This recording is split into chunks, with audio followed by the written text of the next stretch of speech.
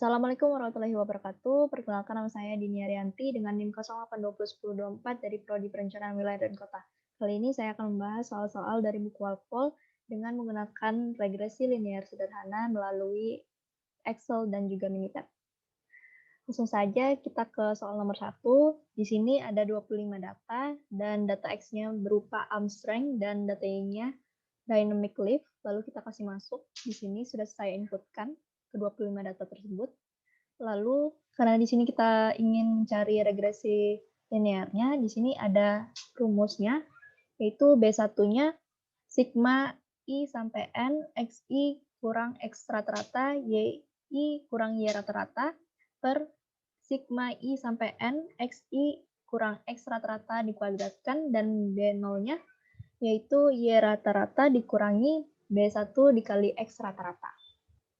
Oke, di sini kita bisa mencari rata-rata dari nilai data X-nya dengan menggunakan rumus average. Lalu kita blok semua ke bawah. Oke, didapatkan 31,148. Begitu juga kita cari nilai rata-rata dari Y-nya. Oke, kemudian kita bisa mencari Y kurang Y rata-ratanya dengan cara Y dikurangi Y rata-ratanya tadi 82. Lalu kita turunkan ke bawah seperti ini. Lalu untuk X kurang X rata-ratanya, X dikurangi tadi 31,148. Ya, oke, benar. Lalu kita tarik ke bawah, seperti ini. Kemudian kita bisa mencari kolom C dikali kolom D. Ini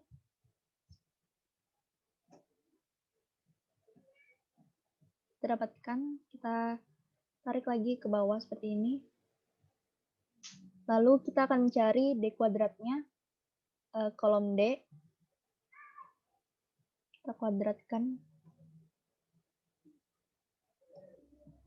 Lalu kita tarik ke bawah seperti ini. Nah, kemudian kita bisa mencari penjumlahan dari C kali D tadi dengan cara rumus sum. Lalu kita tarik, kita blok semua. Lalu kita dapatkan hasilnya. Begitu juga dengan D kuadratnya, kita cari sumnya dulu. Nah, di sini B1-nya ini kita kasih masuk jumlah C dikali D tadi dibagi dengan jumlah D kuadrat tadi. Hasilnya 0,561. B0-nya ini kita bisa cari dengan Y rata-rata dikurangi hasil B1 dikali X rata-rata. Hasilnya 64,53. Nah, kita bisa mencari juga lewat Minitab. Lalu kita juga bisa mencari lewat Minitab. Di sini kita pilih start regression lagi, fit regression model. Responsnya itu kita pilih yang C2 yaitu Y.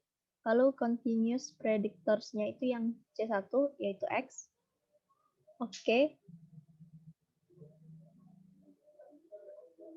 Nah, di sini persamaan regresinya 64,53 ditambah 0,561. Lalu kita lihat di Excel tadi. Hasilnya sama ya, 64,53, 0,561.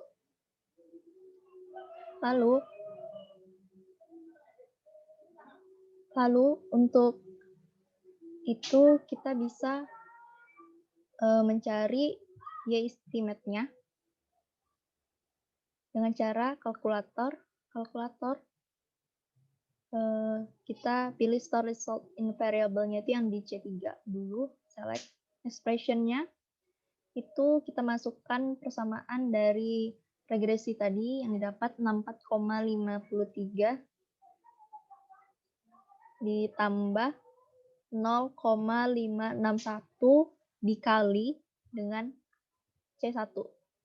Kita C1 dulu, select. Oke. Nah, kita sudah dapatkan nilai Y estimate-nya, lalu kita bisa mencari errornya dengan cara kalkulator. Kita pilih kalkulator lagi. Restore result in variable-nya kita pilih yang C4. Select expression-nya, ini kita pilih yang C2. Lalu kita kurangi dengan C3. Select. Oke. Nah, di sini kita sudah lihat. Nah, kemudian,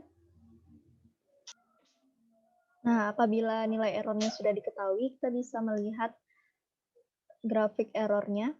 Di sini, grafik residualnya menyebar di sumbu X.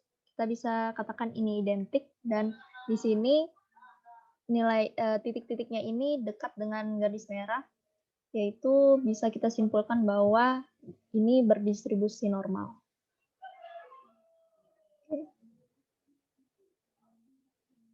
Lalu untuk soal nomor 2, pengerjaannya sama seperti soal nomor 1, yaitu kita masukkan dulu datanya. Di sini datanya ada 9. Lalu kita cari rata-ratanya dengan rumus average. Kita blok sampai bawah. Gitu juga dengan Y, kita cari rata-ratanya, kita dapatkan. Kemudian Y kurang Y rata-rata. Y rata-ratanya 73,111. Lalu kita tarik ke bawah. Untuk X rata-ratanya itu sama.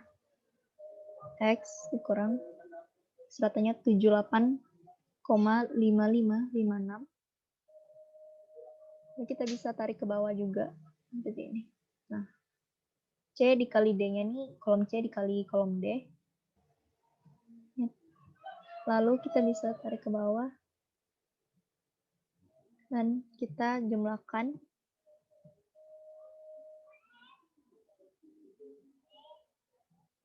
Begitu juga dengan D kuadrat, nilai di kolom D dipangkatkan 2. Kita tarik ke bawah. Kita sum.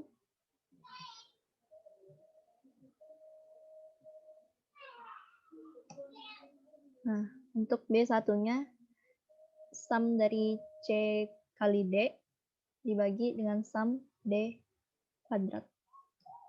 0,77. Untuk B0-nya, itu Y dikurangi hasil B1 dikali X rata-rata 12,06. Lalu kita ke Minitab. Kita bisa milih Start, Regression, Fit Regression Model. Untuk responsnya yang C2 yaitu Y, select. Untuk Continuous Predictors-nya yang C1, X. Oke. Nah, di sini terlihat persamaan regresinya 12,1 ditambah 0,77. Dan hasilnya itu sama ya dengan hasil kita mencari di Excel. Jadi dapat kita simpulkan yang kita lakukan tadi itu sudah benar caranya. Lalu di sini kita bisa mencari ya estimate-nya dengan cara kalkulator. Store result in variable-nya kita taruh di C3 dulu, select. Expression-nya itu kita tadi memasukkan persamaan dari regresinya yang kita dapatkan tadi 12,1 ditambah 0,777 dikalikan dengan C1, select dulu. Oke. Kemudian ya estimate-nya sudah didapatkan, kita bisa mencari error dengan cara kalkulator. Store result in variable-nya itu di C4 dulu, select. Expression-nya itu kita pilih C2, select, dikurangi C3, select. Oke. Nah, ini udah dapet. Dan itu hasilnya sama ya, 12,1. 12,06. Nah, 12,06 ini kita bisa bulatkan. Jadi 12,1 seperti ini. Nah, di sini 12,1-nya kalau di Excel itu 12,06. Nah, ini kenapa? Karena itu perbedaan pembulatan. Itu kita bisa bulatkan juga di sini dengan memencet ini decrease desimal. Nah, hasilnya tuh 12,1. Nah, kalau misalnya kalian mau angkanya di belakang koma itu banyak, bisa increase desimal seperti ini. Atau mau dibulatkan seperti ini. Nah, untuk grafik errornya sendiri itu seperti ini. Bisa terlihat di sini dia bentuknya menyebar juga dan identik, dan di sini berdistribusi dengan normal.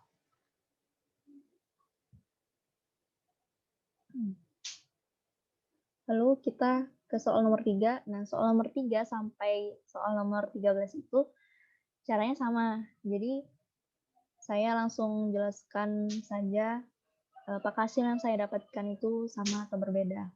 Nah, di sini soal nomor 3 ini kita caranya sama, kita kasih masuk dulu datanya, kita cari rata-ratanya, terus kita cari Y kurang Y rata-rata, X kurang X rata-rata, C dikali D-nya berapa, terus penjumlahannya berapa, D kuadratnya berapa, dan penjumlahan dari D kuadratnya berapa. Kemudian kita bisa mencari B1 dan B0-nya itu dengan cara seperti tadi, rumus tadi, dan dapatkan di sini 0,5676 dan B0-nya itu 5,83. Lalu kita bisa lihat di Minitab saya sudah mengerjakan sebelumnya. Nah, di sini sama ya, 5,83 ditambah 0,5676.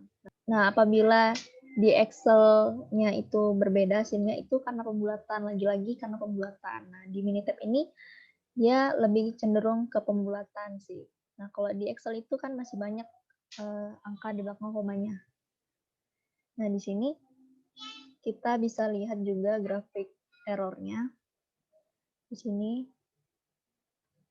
dia berdistribusi dengan normal dan identik.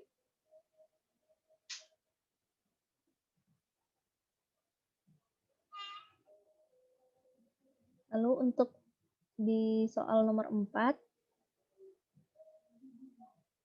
di sini saya mendapatkan B1-nya 1,8100 dan B0-nya min 1,70. Apakah sama seperti di Minitab? Hasilnya sama. Dan di sini R square-nya itu 99,62 yang artinya dia mendekati dengan modelnya. Karena yang paling ideal itu dia mendekati 100 R square-nya itu. Nah, di sini grafik errornya identik ya. Identik dan juga dia berdistribusi dengan normal. Nah, untuk soal nomor 5 itu sama juga. Kita masukkan datanya, kita cari rata-ratanya, kita cari B1 dan B0-nya. Di sini B1-nya 1,809 dan B0-nya 6,414. Di Minitab kita lihat di sini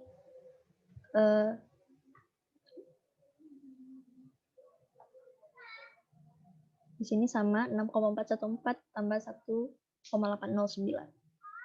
Dan di sini ada grafik errornya. Ini. Nah, misalnya kalian ingin melihat grafik dari data yang telah kalian inputkan tadi, kita bisa memilih start, time series plot, multiple, oke. Kita select semua, kita oke. Nah, di sini kelihatan nilai errornya itu yang ungu tadi, dan nilai Y estimate-nya itu yang hijau, dan yang merah itu Y-nya, dan yang birunya itu X-nya. Nah, di sini terjadi kesesuaian ya antara di X dengan errornya, terus Y dengan Y estimate dengan Y-nya. Untuk soal selanjutnya, di sini nomor 6. B1-nya saya dapatkan min 0,686 dan B0-nya 42,58. Di sini kita lihat di Minitab-nya. Nah, di sini sama ya, 42,58 min 0,686.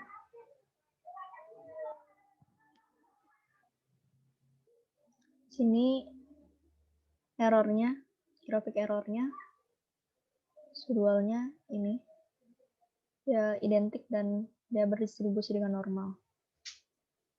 Kemudian untuk soal nomor 7, ini sebenarnya sama. Kita kasih masuk dulu data Y dengan data X-nya berapa. Lalu kita cari jumlahnya berapa. Kemudian kita cari X kuadratnya itu berapa. Kemudian dijumlahkan semuanya. Y kuadratnya juga seperti itu. Dan X dikali Y-nya berapa. Lalu kita jumlahkan juga berapa. Nah, kemudian di sini B1-nya itu kita dapat 0,3533 dan B0-nya 31,71. Apakah sama dengan di Minitab? 31,71 dan 0,3533. Sama ya. Dan untuk grafik residualnya di sini dia menyebar di sumber X ya. Dan berdistribusi dengan normal. Untuk yang di sini B1-nya 0,471 dan B0-nya 32,5. Kita cek di Minitab.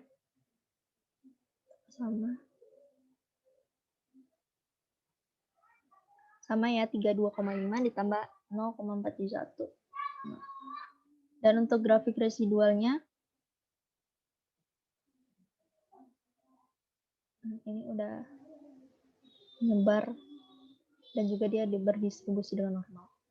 Untuk soal nomor 9 di sini sama juga caranya ya, seperti nomor 1 dengan nomor 2. Di sini B1-nya saya dapetin 3,22 dan B0-nya 343,7.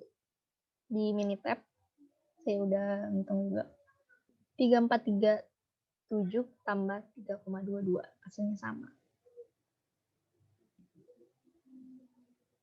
Untuk grafik residualnya,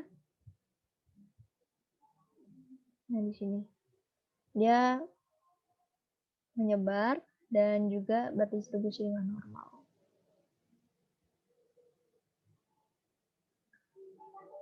Nah, untuk soal nomor terakhir, caranya juga sama ya. Kita kasih masuk dulu datanya, kita cari rata-ratanya. Lalu kita cari Y kurang Y rata-ratanya berapa, X kurang X rata-ratanya berapa, C dikali D-nya itu berapa, lalu kita jumlahkan hasilnya berapa, dan D kuadratnya berapa, dan hasil penjumlahan dari D kuadratnya berapa, lalu kita bisa cari D1-nya dengan cara hasil C kali D-nya dibagi hasil D kuadrat, dan B0-nya dicari dengan Y rata-rata dikurangi hasil B1 dikali X rata-rata, lalu kita dapatkan B1-nya min 6,324 dan B0-nya 153,18. Lalu kita bisa lihat di Minitab 153,18 dikurang 6,324. Hasilnya sama. Untuk grafik residualnya bisa lihat di sini. Di sini dia menyebar ya, dan juga berdistribusi dengan normal. Oke.